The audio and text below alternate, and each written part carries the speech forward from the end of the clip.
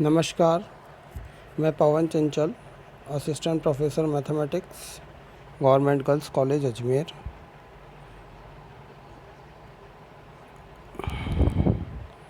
आज हम BSc part second के topic pedal equation and derivatives of the length of an arc के part first को पढ़ेंगे।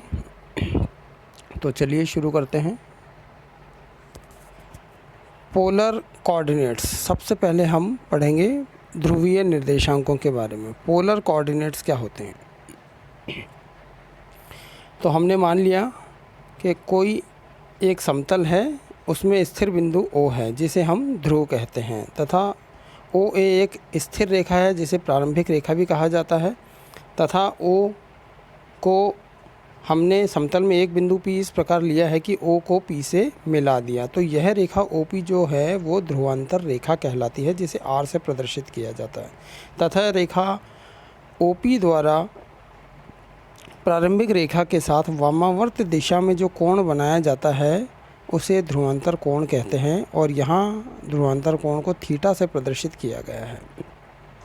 इस प्रकार OP = R तथा ध्रुवांतर कोण जो है कोण AOP वो थीटा है। तो बिंदु P की स्थिति क्या हो गई? R, theta. चलिए आगे बढ़ते हैं। Relation between Cartesian and polar coordinates, कार्तीय तथा ध्रुवीय निर्देशांकों में संबंध।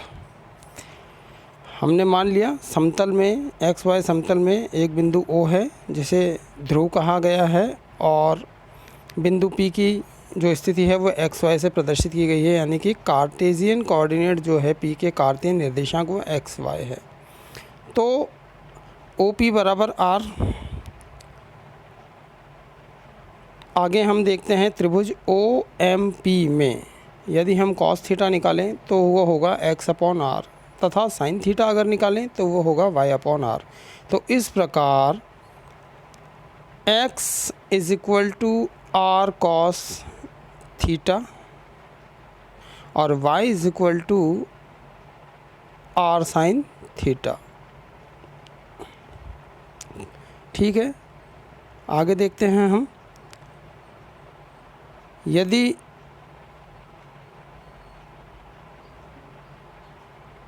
x² और y² का योग कर दें तो वो r² के बराबर होगा, तथा थीटा = tan 1 y/x होगा। अब हम देखते हैं ध्रुवांतर रेखा तथा स्पर्शी के मध्य कोण, angle between radius vector and tangent. देखते हैं, माना एक वक्र हमने समतल में लिया है, यहाँ प्रदर्शित किया गया है, एक वक्र दिखाया गया है चित्र में, इसे हमने r = f थीटा से प्रदर्शित किया है कि ये इस वक्र का नाम r = f थीटा है, तथा इस वक्र पर हमने दो बिंदु लिए हैं। पहला बिंदु है P जिसके कि ध्रुवीय निर्देशांक r थीटा है, तथा उसके समीप एक अन्य बिंदु लिया है जिसके निर्देशांक हमने r + डेल r तथा cos theta plus del theta है, r + del r, theta + del theta. P और Q हमने दोनों बिंदुओं को आपस में मिला दिया, तथा ध्रुवांतर रेखा OP को आगे L तक आगे बढ़ा दिया। अब हमें जो ज्ञात करना है वो है स्पर्श रेखा तथा ध्रुवांतर रेखा के मध्य कोण। तो आप यहाँ देख सकते हैं स्पर्श रेखा जो है P बिंदु पर वो है PT' जो कि x अक्ष पर मिलती है और x अक्ष के साथ क्षैतिज कोण बनाती है, तथा ध्रुवांतर रेखा जो है OP उसे हमने L तक आगे बढ़ा दिया। तो स्पर्श रेखा PT' तथा ध्रुवांतर रेखा PL, इसके मध्य कोण यहाँ फाई से प्रदर्शित किया गया है, इसे हमें ज्ञात करना है। तो इसे हम ज्ञात करने के लिए देखते हैं, हमने Q बिंदु से इस ध्रुवांतर रेखा पर एक लंब खींच दिया QM। तो फाई बराबर अगर हम यहाँ देखें तो वो क्या होगा, आइए देखते हैं। जैसे जैसे आप चित्र में देखिए, जैसे जैसे बिंदु Q P की ओर अग्रसर होगा वैसे वैसे यह रेखा पी क्यू जो है वो पी टी डैश में बदलती जाएगी, इसके कोइंसाइड होती जाएगी। इसीलिए हमने क्या कहा, फाई बराबर लिमिट क्यू टेंडिंग्स टू पी, मतलब जैसे जैसे क्यू पी की ओर बढ़ेगा यह कोण एम पी क्यू के बराबर हो जाएगा फाई का मान, क्योंकि जो है कोण एम पी क्यू ये फाई के बराबर हो जाएगा क्यू टेंडिंग्स टू पी की स्थिति में। चलिए आगे देखते हैं। अब जैसे जैसे क्यू पी की ओर अग्रसर होगा वैसे वैसे आप यहाँ देख सकते हैं कि डेल थीटा भी 0 की ओर अग्रसर होगा। इसलिए हमने अगले ही स्टेप में यह लिख दिया है कि del theta tendings to 0, phi is equal to limit del theta tendings to 0 angle M P Q. दोनों तरफ टेंजेंट हमने ले लिया। टेंजेंट लेने पर यहाँ अब आगे सरलीकरण किया गया है। Tan angle M P Q वो यहाँ अगर हम चित्र में देखें तो क्यू एम बटा पी एम के बराबर होगा। त्रिभुज क्यू पी एम में देखें तो टेन एम पी क्यू बराबर क्या है, क्यू एम बटा पी एम, क्यू एम बटा पी एम। आगे यहाँ से क्यू एम का मान हमने चित्रानुसार देख करके त्रिभुज से वो पुट कर दिया। और देखिए आगे सिर्फ इसमें सरल किया गया है। अगले पद में यहाँ दोनों अंश और तथा हर में डेल थीटा से भाग दिया है, और जैसे ही हमने अंत में लिमिटिंग केस लगाया यानी कि डेल थीटा टेंडिंग्स टू 0 किया तो यह सरल होकर के हमारे पास आ गया टेन फाई बराबर, ये देखिए are d theta upon d are. ये फाइनल हमारे पास ध्रुवांतर रेखा तथा स्पर्श रेखा के मध्य का कोण आ गया फाई। चलिए आगे देखते हैं। अब हम आगे पढ़ते हैं। Angle of intersection of two polar curves, यानी कि दो ध्रुवीय वक्रों का प्रतिच्छेदन कोण। जैसा कि यहाँ चित्र में दिखाया गया है, हमारे पास दो ध्रुवीय वक्र दिए गए हैं, चित्र में प्रदर्शित किए गए हैं वक्र दो। एक को C1 नाम दिया गया, एक को C2 नाम दिया गया। मान लिया इनमें से एक वक्र जो है r is equal to F1 theta है और दूसरा वक्र r is equal to F2 theta है। ये दोनों परस्पर बिंदु P पर इंटरसेक्ट कर रहे हैं। यहाँ दिख रहा है इनका प्रतिच्छेद बिंदु P है। हमने दोनों बिंदुओं पर स्पर्श रेखाएं खींची। चित्रानुसार यहाँ O, ये जो मूल बिंदु O है, यहाँ हम दर्शाना इसे चित्र में भूल गए, मैं बता देता हूँ। ये जो बिंदु है यहाँ पर, ये O बिंदु है, यहाँ ये मूल बिंदु है O। तो O बिंदु जो है वो ध्रुव है, OX प्रारंभिक रेखा है। हमने P से O को मिला दिया तो यह ध्रुवांतर रेखा OP है। दोनों वक्रों के प्रतिच्छेद बिंदु P पर हमने स्पर्श रेखाएं खींची जो कि ध्रुवांतर रेखाओं से फाई 1 और फाई 2 कोण बना रही है, चित्र में देखा जा सकता है। तो यहाँ फाई बराबर प्रतिच्छेद कोण फाई 1 माइनस फाई 2 हमने मान लिया।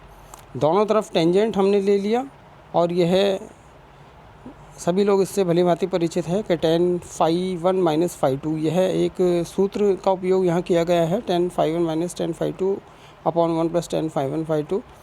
मान लिया यहाँ पर टेन फाई 1 को L1 ले लिया सुविधानुसार और टेन फाई 2 को L2 ले लिया। तो यहाँ सिंप्लीफिकेशन करने पर, सरलीकरण करने पर आप देखिए टेन फाई 1 का अभी हमने पूर्व में सिद्ध किया है r d theta upon d r है। इसी प्रकार tan phi 2 is equal to r d theta upon d r. दोनों ये हमारे पास एक फार्मूला आ गया, phi is equal to tan inverse L1 minus L2 upon 1 plus L1 L2। अब यहाँ इंपॉर्टेंट हम आगे एक और कंडीशन पढ़ना है कि कंडीशन ऑफ ऑर्थोगोनैलिटी, मतलब ये है कि दोनों वक्र एक दूसरे के परपेंडिकुलर कब होंगे, तो उसकी शर्त क्या होगी। तो प्रतिच्छेदन कोण, अगर ये दोनों वक्र एक दूसरे के परपेंडिकुलर होंगे, लंबवत होने के लिए इनका प्रतिच्छेदन कोण 90 डिग्री होना चाहिए। इसलिए हमने यहाँ सूत्र में टेन फाई की जगह क्या रख दिया, 90 degree. Tan 90 degree is equal to tan phi 1 minus tan phi 2 upon 1 plus tan phi 1 tan phi 2। तो यहाँ देखें तो हमारे पास एक शर्त निकल कर आती है, tan phi 2 is equal to minus 1। यहाँ देखा जा सकता है ये इनके लंब कोणीयता की शर्त है दोनों वक्रों के। इसी प्रकार आगे हम देखें,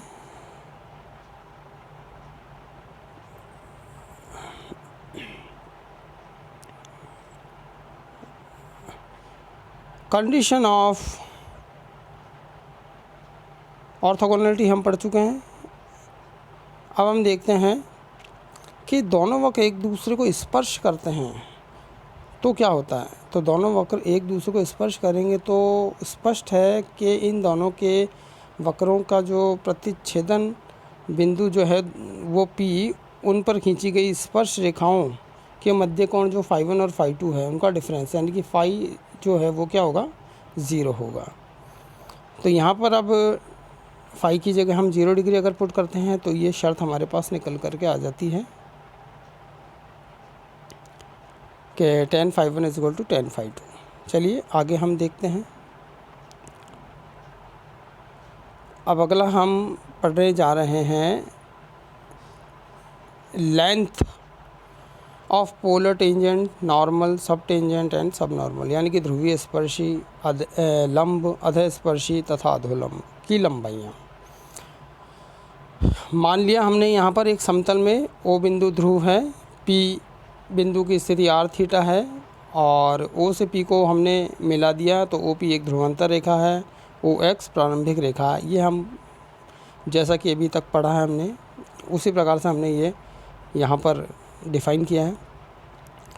हमने क्या किया कि ध्रुवांतर रेखा जो OP है उसके लंबवत एक रेखा NT खींची। यहाँ पर देखी जा सकती है ध्रुवांतर रेखा OP के लंबवत जो नीचे की तरफ रेखा दिखाई दे रही है इसके परपेंडिकुलर NT है। तो हमने ध्रुवांतर रेखा के लंबवत एक रेखा खींच दी। अब बिंदु P पर एक स्पर्श रेखा PT खींची और इस स्पर्श रेखा के लंबवत यानी कि P पर अभिलंब भी खींचा PN। तो इस प्रकार हमारे पास एक चित्र यहाँ पर बन गया है जो आप स्पष्ट देख सकते हैं। अब अभिलंब तो जो है वो बिंदु N पर मिलता है और स्पर्श रेखा उस लंबवत रेखा पर बिंदु T पर मिलती है। तो यहाँ पर जो PT है उसे हम ध्रुवीय स्पर्शी कहते हैं, PN को अभिलंब कहते हैं क्योंकि PT स्पर्श रेखा है और PN अभिलंब है, इसलिए इसको क्रमशः ध्रुवीय स्पर्शी और अभिलंब कहते हैं। तथा OT ध्रुवी अधस्पर्शी और ON ध्रुवी अधोलंब कहलाते हैं। अब हम देखें समकोण त्रिभुज OPT, अगर हम देखते हैं OPT में तो स्पर्श रेखा और ध्रुवांतर रेखा OP के मध्य कोण यहाँ फाई दिया हुआ है। अब अगर ये फाई है तो OPN यह कोण OPN क्या होगा, 90 - फाई। समझ रहे हैं आप। देखिए यहाँ पर ये जो कोण है मैं आपको बता देता हूँ, एक सेकेंड। ये वाला जो कोण है ये वाला जो कोण है यह 90 - फाई होगा क्योंकि इसके पास वाला जो है फाई है तो ये 90 - फाई होगा। चलिए आगे देखते हैं। तो ध्रुवी स्पर्शी यानी कि पोलर टेंजेंट की लंबाई क्या होगी इस त्रिभुज में। अगर हम देखें, हम बात कर रहे हैं त्रिभुज OPT की। OPT में देखें तो PT यहाँ निकालना है हमें, PT। तो PT बराबर सिंपल ये हम सब जानते हैं sec फाई = PT/r होगा। तो PT इस त्रिभुज में तो PT बराबर r sec फाई होगा। sec फाई को हमने सूत्र की सहायता से वर्गमूल 1 + tan² फाई लिखा, आगे सिंप्लीफाई करा, tan फाई का मान रख दिया r/d(θ/dr। तो यह ध्रुवी स्पर्शी की लंबाई आ गई। इसी प्रकार ध्रुवी अधस्पर्शी जो है वो OT भी हम उसी त्रिभुज से निकाल लेंगे तो यह आसानी से निकाला जा सकता है। r tan फाई आ जाएगा जो यहाँ r²d(θ/dr) के बराबर होगा। ध्रुवी अभिलंब की लंबाई जो कि मैंने बताया है PN है, उसके लिए हम एंगल OPN काम में लेंगे, कोण OPN जो कि 90 - फाई है। तो यहाँ पर त्रिभुज OPN की सहायता से यहाँ देखिए आप ध्रुवी अभिलंब की लंबाई PN बराबर r cosec फाई, यहाँ से इसमें सूत्र जो है cosec फाई का मान हमने लिख दिया वर्गमूल 1 + cot² फाई और यहाँ पर इसका मान रख दिया तो ये हमारे पास अभिलंब की लंबाई आ गई। इसी प्रकार ध्रुवी अधोलंब की लंबाई ON भी ज्ञात की जा सकती है।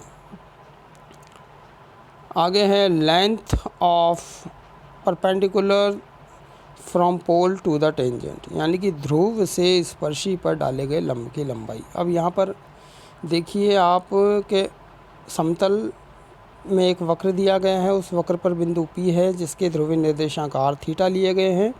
O बिंदु ध्रुव है, O से बिंदु P को मिलाने पर यह हमारे पास OP ध्रुवांतर रेखा है तथा ध्रुवांतर कोण थीटा दिया गया है। बिंदु P पर स्पर्श रेखा PM खींची गई है और O से इस स्पर्श रेखा पर एक अभिलंब डाला गया है जिसे OM कहा, हमने नाम दिया है OM। तो OM इज इक्वल टू हमने P मान लिया। अब यहाँ पर M एक समकोण त्रिभुज है, तो त्रिभुज OMP में हम देखें यहाँ पर OM बराबर OP साइन फाई, इस त्रिभुज से देख सकते हैं। तो P बराबर R साइन फाई और tan फाई हमने निकाला है अभी इससे पूर्व में, वो है tan फाई बराबर R D theta upon d are. तो cot फाई क्या हो जाएगा, इसका व्युत्क्रम 1 upon R D r upon d theta. तो समीकरण 1 को अगर हम इसका व्युत्क्रम करके वर्ग ले लें तो ये आ जाएगी हमारे पास 1 upon p square is equal to 1 upon r square cosec square phi, और यहाँ कॉसेक स्क्वायर फाई को हमने लिख दिया 1 प्लस कॉट स्क्वायर फाई। आगे देखें, इसको सिंप्लीफाई किया, आगे कॉट स्क्वायर फाई का मान रख दिया, तो हमारे पास समीकरण नंबर 3 आ गई 1 upon p square is equal to 1 upon r square plus 1 upon R4 और ब्रैकेट में d r upon d theta का स्क्वायर। अब यहाँ इसको और सिंप्लीफाई हम कर सकते हैं, उसके लिए क्या कर रहे हैं, 1 upon r is equal to u हमने मान लिया। तो इसको जब हम थीटा के सापेक्ष अवकलन करते हैं तो d upon d theta of 1 upon r is equal to d u upon d theta. अवकलन किया आगे तो minus 1 upon r square d r upon d theta is equal to d u upon d theta, इसका वर्ग कर दिया, तो ये हमारे पास समीकरण नंबर 4 आ गई। अब समीकरण नंबर 4 को हम समीकरण नंबर 3 में उपयोग में ले सकते हैं। तो 1 upon p square is equal to u square plus d u upon d theta का स्क्वायर। ये फाइनल हमारे पास एक रिज़ल्ट आ गया। पी और आर के बीच में संबंध हमने पहले निकाल लिया था समीकरण 3 के द्वारा, और उसको और सिंप्लीफाई किया तो हमारे पास ये एक संबंध यहाँ पर निकल करके आया है। तो आज की कक्षा में सिर्फ इतना ही, आगे के भाग के लिए हम अगली कक्षा में पढ़ेंगे। धन्यवाद।